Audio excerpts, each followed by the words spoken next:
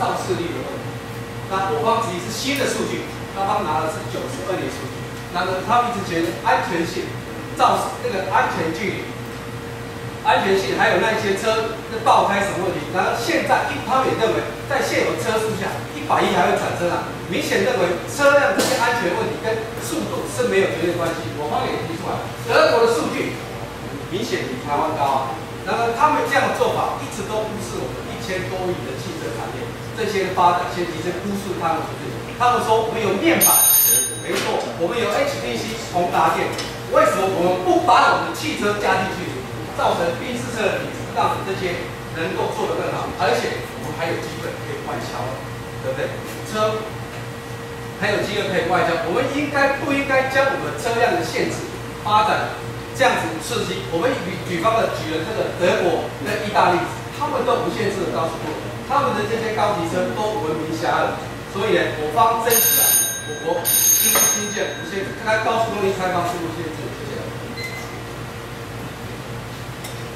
好，谢谢报告使用时间3分04秒。3分04秒。反章结辩。主席，各位朋友，今天所有的辩论，我们发现了有一个共同点，就是我们都希望来增加车流量，而且能够缩短行车的时间，并且也确保要有安全性。对方主要的目的呢，它变更这样的一个开放最高的速限，变成无速限的一个最大的目的，就是只是要增加汽车工业的产值、知名度，还有车流量。那么这个论点呢，有非常大的问题是在于，我国现在根本汽车工业的竞争力根本不高。我们已经从几十年来想要努力，一直做到现在，已经证实还是没有办法做到汽车工业领先全世界。所以我们应该要去发展自己的优势，而不能一直往这个方向来走。那么他说的1200亿，而且这是高速的跑车，更不是我们的专长，这是遥遥无期的。尤其是他认为可以缩短时间，缩短多少时间？五股杨梅到杨梅，短短的20-30公里，刚刚说过嘛，只能缩短10几分钟的时间。为了10几分钟，要做什么事？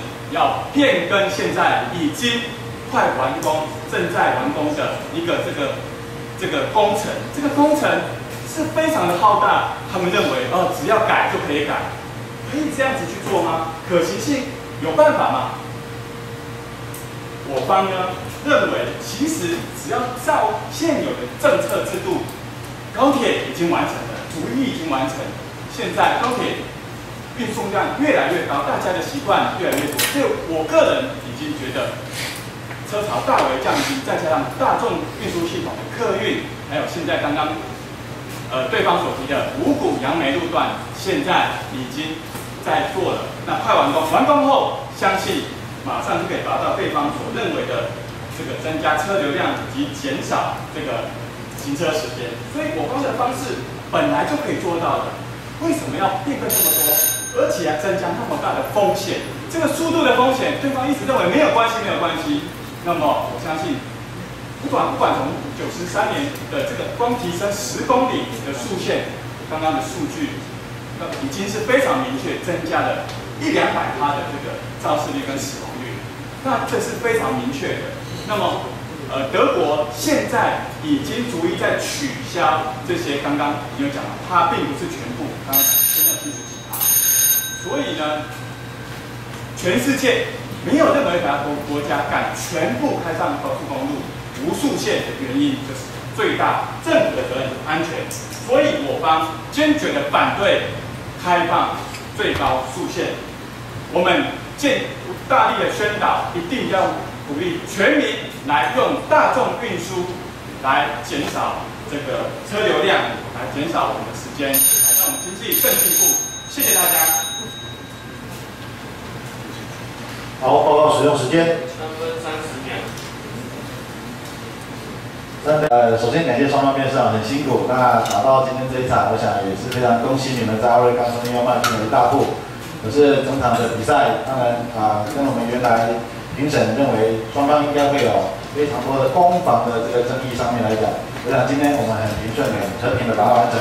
恭喜我们各位的评审，今天可以减少很多的工作。那不免俗的哈，我们最重要，其实奥瑞冈我觉得一直非常非常重要的一个比赛，看比赛，我常说看比赛，你可以吸收很多的经验，参加比赛可以获得更多的经验。那我现在这个听评审的讲评，可以让各位的功力很快速的增进。所以我们现在邀请我们北区我们的冠军辩士，那个贾志群贾评审上来给我们会长。谢谢主席、评审、台下的双方辩士，还有各位会姐会兄，大家好。好，我还是不要拿麦克风，比较习惯那个今天双方下午打的这一场果然是跟上午有很大的差别。我们听过上午的比赛以后，修改了策略今天正方用的策略是这个用美丽的谎言来欺骗大家。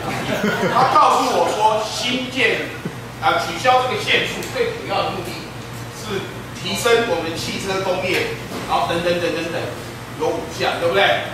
那最主要的原因是因为我们要进步，然后我们可以节省时间是其中的一项。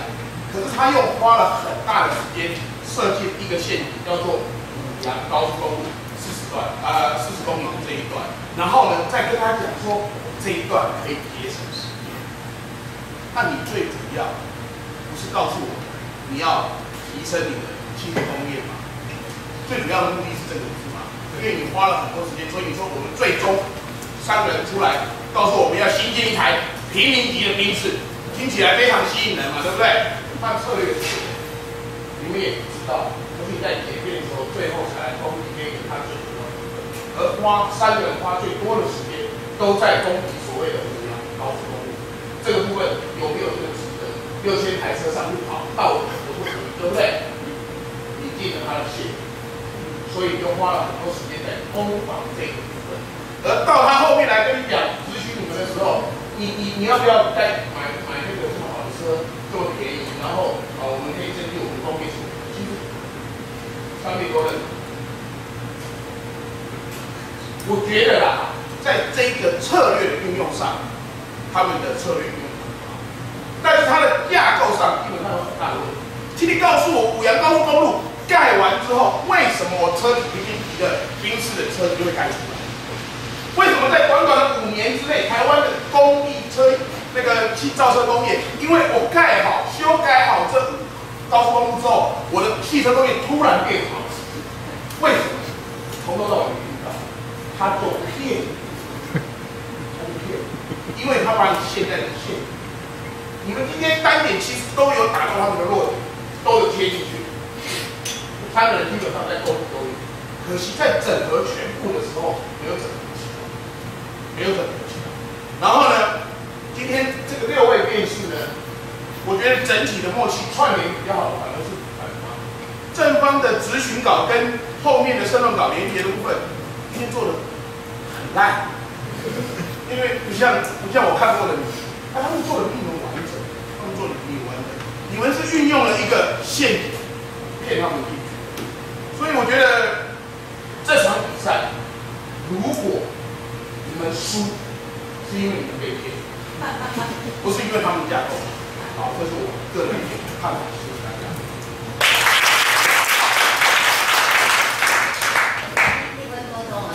好，还有扣分。我们刚才早上有共识，不是扣分，是直接扣钱。我们一定要邀请我们非常资深，也是我们敬重的小英小老师为我们做很长时间的讲评哦。老师也在几分半就讲出来了。都需要讲重点比较重，那重点多的话，那可能就花点时间。这场比赛给我的感觉是各说各话。为什么？辩论就是这样的。既然定义这个人战场划分好，您反方是要到他的战场里面去打，还是拉到你们的战场来打？要弄清楚。这个要没弄清楚，后面就当然各说各话了。我举个例子好不好？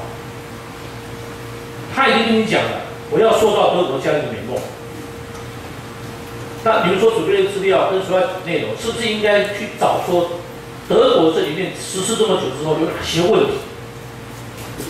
台湾有哪些问题不能就范你那边的状况？好啊，要不然你要讲攻击他的台湾的目前状态，可是你所问的、所讲的本身都有矛盾现象之外，更严重的是，你没有把他拉过来你的战场打。很简单嘛，你就问对方，到底五杨公路为什么要多这一条公路？为什么？对嘛？那为什么不问他呢？那个弯道这么多，幅度都那么大，什么叫做能够真的达到200公里、300公里的速度？怎么开？就算它没有限制，能开吗？啊，有没有意义？不是可不可行哦，是没有意义。那就当然你就继续打掉。可是你又尝试要去打到他那边去，跟着他们那边打。可是讲的东西都是以现况所发生的问题跟数据。那我就很怀疑是不是要废除高速公路？你的车祸数据是不是以现况的高速公路所研制出来的数据？你们又讲说很严重，这样就很严重，还要再没有限制，是不是更严重？对不对？很严重，高速公路不要了，把省道弄宽一点就好了。现在高速公路时速是多少？平均速度100，真的吗110啊。不是，我说真的实际状况。实际状况真的是110吗？平均速度真的110吗？我告诉各位，70不到。同一时间点哦，全省的整条高速公路平均速度不到70公里，对不对？那目标值嘛，对不对？好，那这边也犯了很大的毛病。那为什么要取五杨公路呢？有点白目，为什么？弯道嘛，对不对？宽度也不够嘛，对不对？角度也不行嘛。他为什么不取南部这曲直这么直的这个幅地那么大的东西来从这边兴建呢？好，那更好笑。我问你，五杨公路真的是为北部人而设的吗？你知道五杨公路为什么要开发那条道路？为什么全省最塞的那一段？为什么？有很多的机场运输、工业区、所有货柜车等等，公路的损坏率啊，车祸也很多。就塞在那里，啊，你看有没有车祸？在后面怀疑有没有车祸？哎，经过以后说没事啊，对不对？啊，路面土地不够宽，所以运输量增加，就塞在那里。所以那一条是最主要是让南部的人方便。然后你居然跟我讲说，北部的人才享受到，南部根本不关，少数的人啊，本来是你的优点啊，变成讲成变你的缺点，那是你的改善方案呢。类似五杨公路沿路只要塞车路段有需要的，你就是拿那些经费来花这些地方绰绰有余，提升到真正达到110公里、100公里的目的嘛。是你的替代方案，你居然把它攻击，不好。那听到最后，你的替代方案在哪里？解决现况问题在哪里？你的方案告诉我。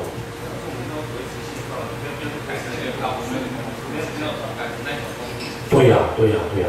那你要说服我啊。目前状况可以满足所有人的需求啊，可是你没有啊，你没有让我感受到、让我感动到说现况你怎么样改善就能够达到整个的畅通，感受不到，真的感受不到。更何况现在的高速公路的所有的品质是只能够最快速度不能超过120公里，所以已经到极限了。可是平均的高速公路的速率是只有70公里。同一时间点啊，平均只有70公里，还没有达到它应该有的什么效率啊？你要改善嘛？你就应该今天如果打这场比赛，是应该告诉大家，你如何把这个全省的哪些路段真的是应该要改善的路段，把它拿出来之后，对不对？就像五杨公路一样，对不对？能够这样跨越，让直接要到南部去的人就跨这个什么塞路的地方，就是过去。过去车辆少了，它是畅通了，各取所需，又安全。为什么？在那一段我跑步，我还设定90公里，我还不见得要高嘞，对不对？是不是这样的？好，那这边更好玩。你们一直攻击它，哎，让它出那么快，出那么快，出那么快，它应该有最低速限的限制，因为没有上限，一定要有低速的上限，对不对？最少要开100公里，或者120公里，或者150公里才能够上那条公路，他们也不讲。然后你们就讲到飙车、赛车，一直讲赛车，我心里想在讲公路，为什么要讲赛车？然后你又偏偏就很矛盾，又要怎样增加什么公共运输？对呀、如果今天他如果又再找一个替代方案，就是说，对呀、我就要让公车上去都要开180、200，没有上限。谁敢做？那你又别拿我去打，多不可行？可行啊？为什么？你知道现在的双连接车、3连接车在美国还可以开到280，所以货上虚有啊。好，再来，他们又现在的迷失。这样子做是因为要有市场需求嘛，所以才有汽车工业的技术跟研发的提升嘛。他居然一直在讲工艺，我真的替他捏把冷汗，你知道吗？为什么？工艺跟速限真的无关。工艺什么叫工艺？装潢漂亮，外观漂亮，无线球漂亮，跟速度有哪关系啊？如果讲到造车的技术真的有关联的话，那当然就还有谈，对不对？他在跟你讲，每一点上来都跟你讲工艺，对不对？是不是这样子？啊，然后又很好笑，你又提一个裕隆汽车嘛，对不对？你觉得真的有关联吗？我真的感受不到，因为每种车都可以开到200啊。目前台湾现在说跑的车都可以开到200啊，对不对？你又讲爆胎等等的社会这些问题，然后你就自圆其说现在目前造出率这么高，是因为爆胎，对不对？还有什么？爆胎的因素还是什么因素？造成的。那个爆胎是高速嘛，跟温度。啊，对。它在几公里之下的高速，在台湾目前有没有超过150？有没有超过200？没有嘛，都没有这个案例嘛，所以是现况而造成的问题嘛，对不对？那如果我是他们，我就跟你讲，就是因为这些问题，所以我才要这样开放。为什么？我开放可以要求所有的车主一定要用什么样的规格以上的轮胎，会解决你的问题，解决你的问题。我无限制开，我有最低速限120公里、150公里限制以上的话，只要你上来，我有没有说要你标？没有嘛，对不对？只是当120公里、150公里起跳，你就可以上到高速公路，是不是可以解决所有的问题？你所提出来的问题，通通是我方的问题。所以辩论的好玩就在这个地方，到底你要让他战场打，还是拉他在你的战场打？然后好，你不回到他战场打，你要以他准备他德国，只要德国、意大利只要没有速限的，到底有哪些缺点？好，就算没有缺点，他们所要必备的条件，在台湾可不可行？地形，对不对？它的这个角度、弯度有没有？还有什么？最重要就是人民的什么素养跟公德心嘛，对不对？所以你要讲真的，那不好啦，那个是不好，最大因素在人呐，对不对？限速60公里，限速不能够红灯右转、左转，你都要转了都会嘣啊！你还是说什么高速跟速度有没有关联？没有关联。你这样讲就好了，你找到对你有利的论点来谈就好。对，就是只要不要这样就好了，对不对？然后就是很简单打，对不对？哎，对，这个不行，这个不行。好，那你就要讲出你要说服评审说，那我如何做到不要这个，其他都可行，而且能够改善现况，对不对？而且这些表啊，你越拿它上面就越不利，为什么？因为给评审看在看什么？数字下降，对不对？这个数字，不管是同一时间点93年、94年、95年，我不管，但是事实上是不对等的比例，这个数字更高。为什么？因为这是有数线哦，就这么高，这个没有数线永远都这么低，这不对等的比，对不对？所以这是很明显的东西哦。你要想在，你要照道理讲，今天反方看到正方这样打，我要是你们，我丢稿了。真的丢稿了啦！你一场演出啊，你讲什么我就来你那一套，刚刚讲的一个开端，最好开端说，你说为什么要有五羊公路？你们讲说五羊公路是为了要这个，为了要后面一大堆的一连串的这个论点嘛，对不对？那你就告诉他，那既然这样，为什么要短短的？你看很奇怪哦，你们又嫌它太短，节省几十分钟，后面又加一句说这么大的工程，哇啊，那不是正负得负吗？回去看录影带，好不好？变更这么大，那么变更已经做得到，真的很大吗？真的很大，你这个只有20公里而已啊，40公里而已啊，还好啊。如果是我的话，全程400公里，拆掉那30公里有什么了不起？拆就拆啊。对啊，要说我就通拆啊，真的是这样的啊。哎，对啊，因为我要让我更有力道，所以我就跟你讲，拆啊，本来就该拆啊，不好本来就要拆啊，不然很危险啊，对不对？是不是这样的？所以说很多的地方哈，各位在辩论过程里面哈，你要想想看，我在申论的过程里面前后是不是一致的？是不是有那个负正得负，或者是正负得负？用词显示很重要，很重要，真的很重要啊。然后论点的结构啊，一定要环环相扣的，啊，一定要环环相扣的。所以说今天这场比赛看起来真的是很可惜，其实它暴露了很多人啊缺点。对不对？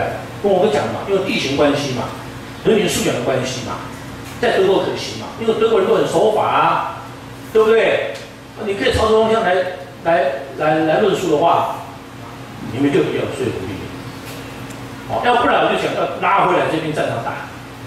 他想讲五羊公路，你就跟他讲五羊公路，然后你县的所有的高速公路上的一些问题，因为什么他要提出不要出现？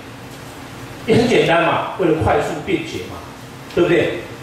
那你就跟他讲，只要再增加一条的南北高速公路8线道，哇，那怎么样？就解决了，是吗？那他们只要花1000多亿吗？而且只有那40公里嘛，对不对？啊，10倍，多少？10倍就要1兆多嘛，对不对？不用，哎，我们经费来跟他打，我数字来跟他打，我只要多花6000亿就可以造另外一条高速公路。然后解决目前的状况，然后人车分道，怎么讲？车类型的分道，对不对？哦，这个货柜车归货柜车嘛，对不对？啊，轿车归轿车，几777归几777嘛。速限只要开到外侧就150以下，开中线，对不对？那就180以下，开内线道200到250，对不对？可以啊，我就是要限制，对不对？这个方案很多啊，方案很多啊，那你更好打。啊，他们就不得不要跟着你走嘛。你的论点要是这样子，其他的方式架构，他一定要跟着你们走。今天从头到尾，你们都是在跟他走。哦，啊，隔靴搔痒，为什么？因为他举这个案例以后，都绝对能够自圆其说。因为怎样？是德国没有限制的情况之下的所有的状况，对不对？所以刚刚讲到这个梦想，希望台湾有这个梦想，对不对？那你们就在那边攻击不进去。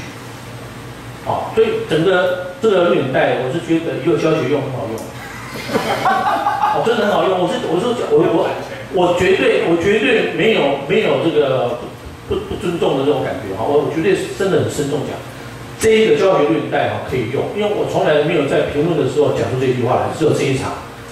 好，我在辩论场上哈这么多年来，我只有这一次，各位评审可以作证哈，从来没有说那个录影带可以做教学用，不是你们不好。好，是在这个辩论的过程里面哈，几乎都很纯净，你们很纯，他们也很纯净的，就是说这个整个结构跟论点都很纯净的一个结构。那居然能够在这样的状况之下，能够从头演到尾，好，然后又能够很有点可以来做示范教学的一个举例，所以这是很好的一场比赛哈。我只能这样讲啊，这场比赛的价值就在这个地方。好，那给评审来做这个课程的说明哈。这一定会很棒，好，我简单这样讲一下，啊，当然，还有很多细节的，好不好？哦，就这样子，好，谢谢大家，谢谢。那如果真的把它变成教学录影带，这次我会请我们主委徐荣清主委啊，记得要把它放在我们的奥瑞冈委员会里面，要把它当成一个很好的示范影带。那不过等一下老师的讲评就很有压力，因为你要变成主角，要好好讲，这贾志群你来不及了，现在就可以了。接下来我们邀请那个肖娜娜肖老师来为我们做讲题。肖老大后面讲题是有点压力哈，所以他讲的很精辟，也把你们各位都